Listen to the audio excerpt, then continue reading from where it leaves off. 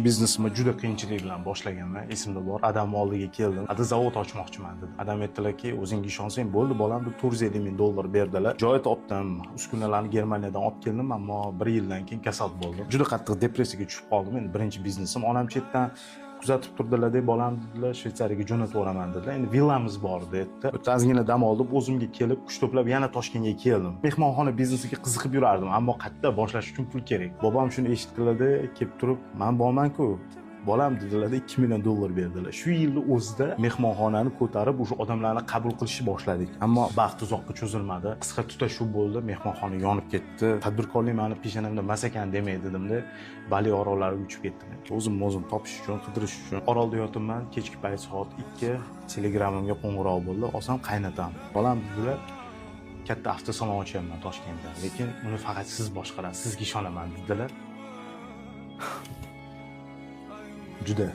Juda g'alati bo'lib ketdim. To'g'risi, bu voqeani nimaga aytayman? Hayot hech qachon "ma" deb tayyorga berib qo'ymaydi. Harakat qilish kerak. G'ayrat qilish kerak.